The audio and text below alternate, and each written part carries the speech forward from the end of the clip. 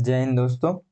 आज हम प्राचीन भारत के अंतर्गत भारत के प्रमुख सूर्य मंदिर के बारे में पढ़ेंगे। बहुत ज़्यादा इम्पोर्टेंट है क्योंकि अगर किसी मंदिर से प्रश्न पूछा जाता है, कोई भी एग्जाम हो, सभी एग्जामों में लगभग ज़्यादातर जो प्रश्न होते हैं सूर्य मंदिर से रिलेटेड प्रश्न होते हैं। तो इनका क्या खासियत है, इसमें कुछ कुछ पॉइंट है जिनको याद रखना। चलिए शुरू करते हैं इसको।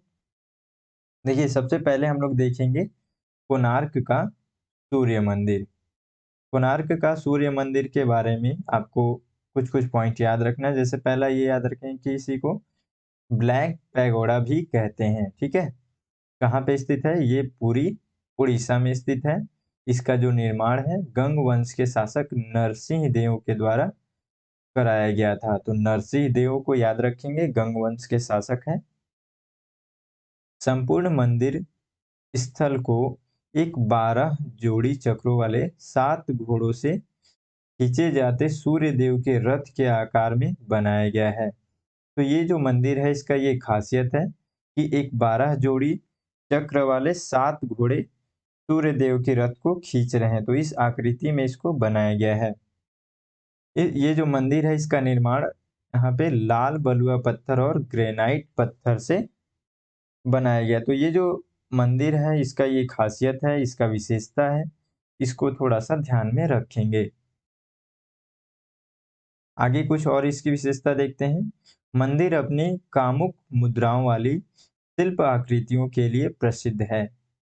कोणार्क के सूर्य मंदिर को 1984 में यूनेस्को के विश्व विरासत स्थल में रखा गया था। तो यहाँ पे ये याद रखेंगे कि यूनेस्को का ये विश्व विरासत स्थल में की सूची में भी ये शामिल है। तो इस जो कोणार्क मंदिर है इसके बारे में अब हम लोग को थोड़ा सा फोकस से देखना है कि इसके बारे में कितने पॉइंट याद रखना है। सबसे पहला याद रखना है कि इस मंदिर को ब्लैक पैगोडा के नाम से भी जाना जाता है। तो याद रखेंगे पहला पॉइंट।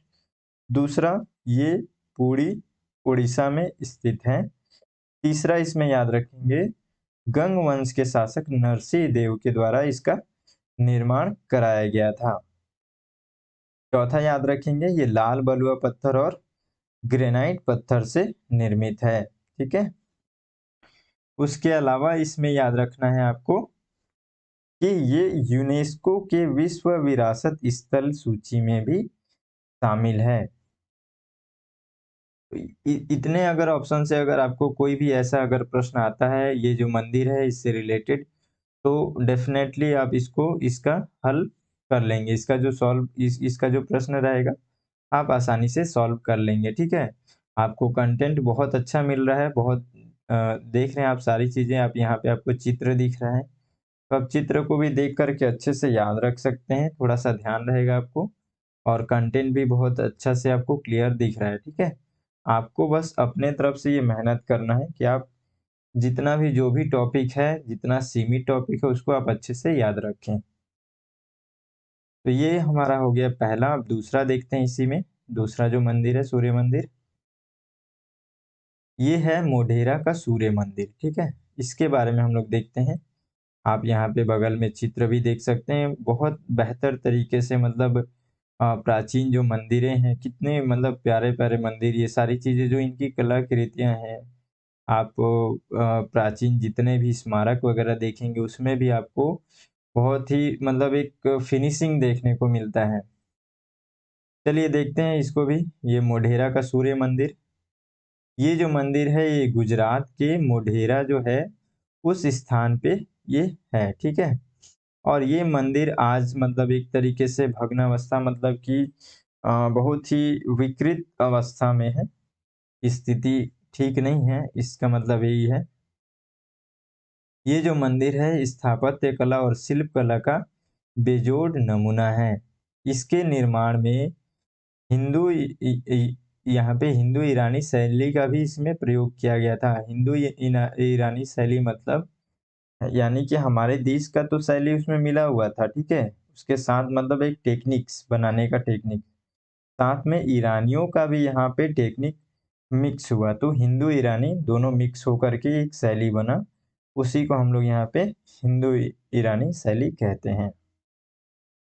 तो ये जो मंदिर है इसका खास बात आप याद रखेंगे कि स्थापत्य कला का एक तरीके से बेजोड़ नमूना है। मतलब यहाँ पे देखेंगे कि आप यूपीएससी का प्रश्न में भी आपको अगर ध्यान दिए होंगे तो आपको वहाँ पे पता चलेगा कि कई प्रश्न इसमें ऐसा बनता है, ध्यान देंगे कि आपका शुरुआत होगा प्रश्न इस तरीके से प्रश्न कि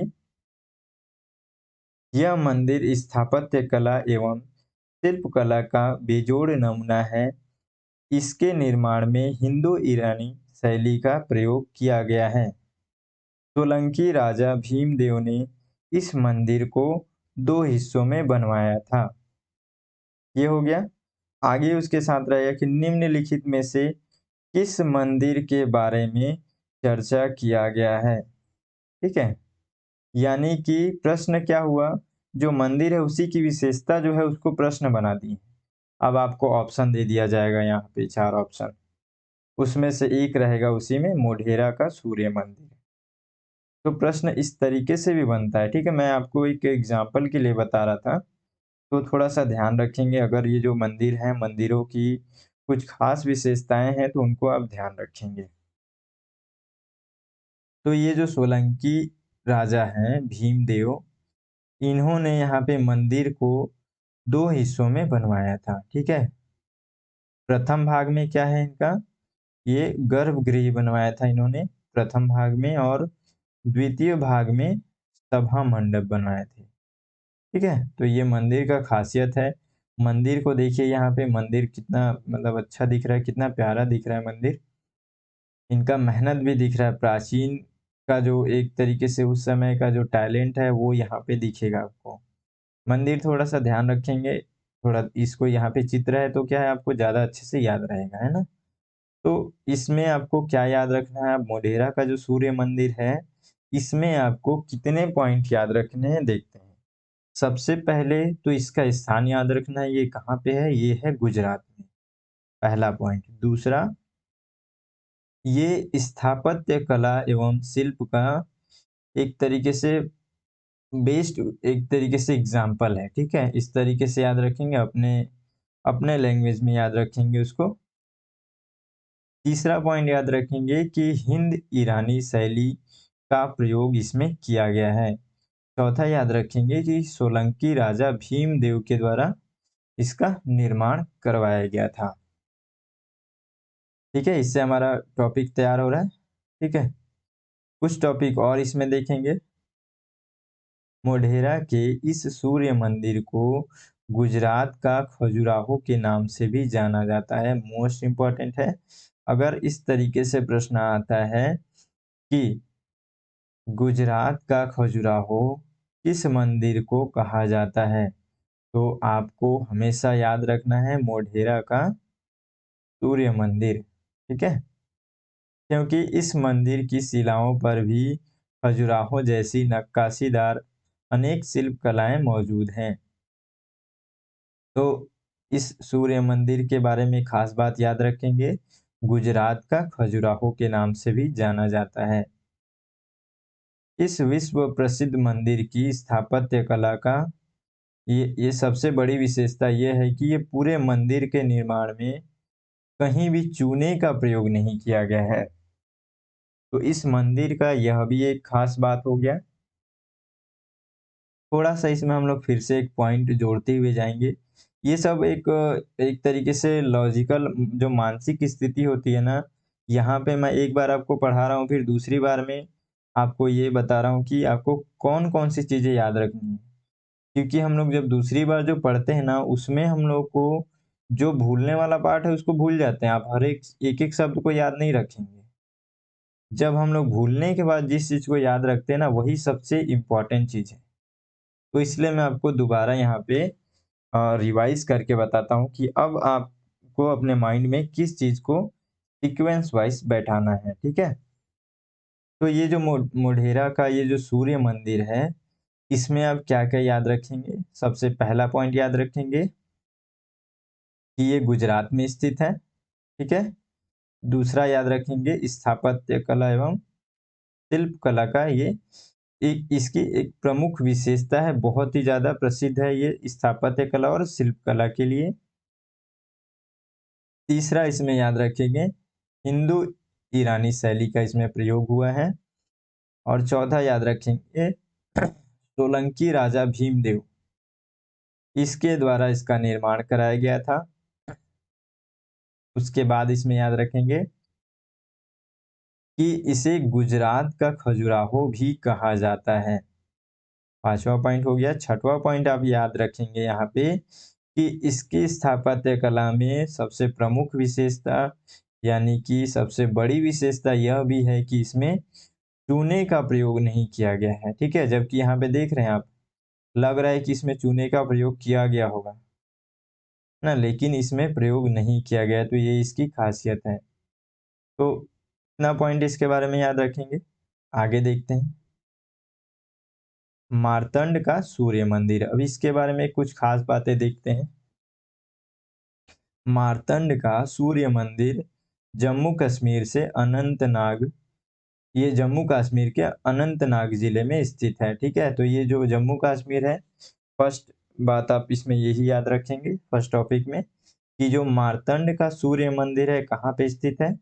नॉर्मल से इस तरीके से प्रश्न आ गया कि मार्तंड का सूर्य मंदिर कहाँ स्थित है ना। तो आपको यहाँ पे याद रखना है कि जम्मू कश्मीर में स्थित है। यह मंदिर ललितादित्य मुक्ता पिंड, ठीक है, इनके द्वारा बनवाया गया था। याद रखना है यह मंदिर 220 फीट लंबे तथा 142 फीट चौड़े प्रांगण में बना है। इस प्रांगण को परकोटे से घेरा गया है, जिसके लिए 84 स्तंभों का थोड़ी थोड़ी दूर पर खड़ा करके घेरा बनाया गया है। इसको पढ़ लें बस, ठीक है, आपको याद रखने की जरूरत नहीं है। मैं बताऊंगा इसमें हम लोग क्या क्या याद रखेंगे। देखिए, और आगे इसमें देखते हैं स्तंभों के मध्य एक प्रवेश द्वार है, जिससे प्रांगण में प्रवेश किया जाता है। प्रवेश द्वार अत्यंत विशाल है। यहाँ पे प्रवेश द्वार यहाँ पे अत्यंत विशाल है, बहुत बड़ा प्रवेश द्वार है। देख रहे हैं यहाँ पे ये चित्र को, ठीक है। जितना जो भी बचा खुचा जो भी यहाँ पे कलेक्ट कर पाए वही चीजें हैं। आपको चित्र बहुत अच्छे से दिख रहा है। यहाँ पे कंटेंट आपको बहुत अच्छे से मिलेगा, क्योंकि बहुत अच्छे से इसमें मेहनत होता है। आपको यदि सही लग रहा है, सच में लग रहा है कि हाँ इसमें मेहनत है, आपको दिख रहा है अच्छे से कंटेंट मिल रहा है, परफेक्टली मिल रहा है, तो आप जरूर कमेंट लाइक करके जरूर बताइएगा। उससे जितना बेहतर आपको फील हो रहा है इसको देख करके, ये जो कंटेंट है, उतना ही बेहतर हमको भी फील होता है जब कोई लाइक करता है, कमेंट करके बताता है। ठीक है, चैनल को सब्सक्राइब करते हैं तो क्या होता है कि थोड़ा सा ज़्यादा मोटिवेशन मिलता है, और साथ ही साथ आपको भी जब भी नया वीडियो आएगा तो आपको पता चलता है। ठीक है, चलिए आगे देखते हैं इसको। इस मंदिर को बनाने के लिए चूने पत्थर की चौकोर ईंटों का प्रयोग किया गया है। ठीक है, यहाँ पे ये बात याद रखेंगे, मतलब चूने के पत्थर का चौकोर ईंट बनाया गया, ठीक है, उससे इसका निर्माण किया गया है, जो उस समय के कलाकारों की कुशलता को दर्शाता है। इस मंदिर से कश्मीर घाटी का मनोरम दृश्य भी देखा जा सकता है। अभी जैसे मैं आपको प्रश्न एक बताया था, यहाँ भी एक अच्छा प्रश्न बन सकता है इस तरीके से कि प्रश्न यहीं से शुरुआत होगा। ठीक है, कि इस मंदिर को बनाने के लिए चूने पत्थर चूने के पत्थर की चौकोर ईंटों का प्रयोग किया गया है, जो उस समय के कलाकारों की कुशलता को दर्शाता है। इस मंदिर से कश्मीर घाटी का मनोरम दृश्य भी देखा जा सकता है। निम्नलिखित में से किस मंदिर के बारे में चर्चा किया गया है?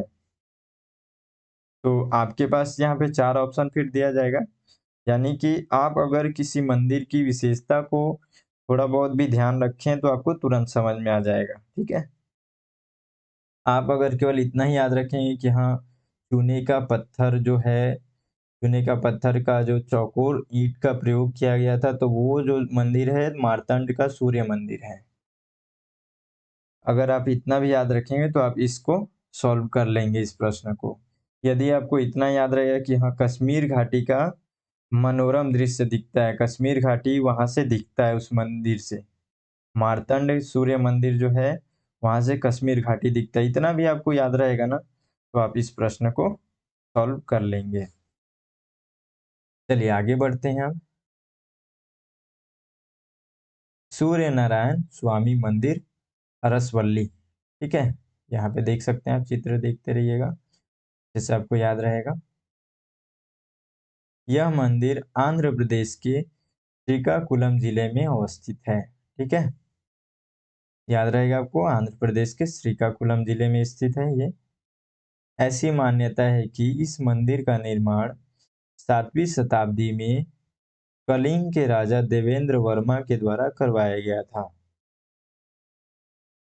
तो ये जो मंदिर का निर्माण कौन करवाए थे? कलिंग के राजा देवेंद्र वर्मा, ठीक है। आगे देखते हैं इसमें। मंदिर में भगवान सूर्य की मूर्ति के साथ 3 देवियों उषा, छाया और पद्मिनी की मूर्तियों का भी इसमें एक तरीके से उनका भी यहाँ पे देखने को मिलते हैं, यानी कि उनका भी यहाँ पे मूर्तियां लगाई गई हैं, रखी गई हैं। तो अब ये जो है इस मंदिर का ये खासियत हो गया, ये विशेषता हो गया, तो इसको थोड़ा सा ध्यान रखेंगे। भगवान सूर्य को रथ पर सवार दिखाया गया है। इन आकृत इन आकृतियों को बड़े ही सुंदर ढंग से अच्छी तरह से पॉलिश पॉलिश भी उस समय ये भी उनके पास टेक्निक था।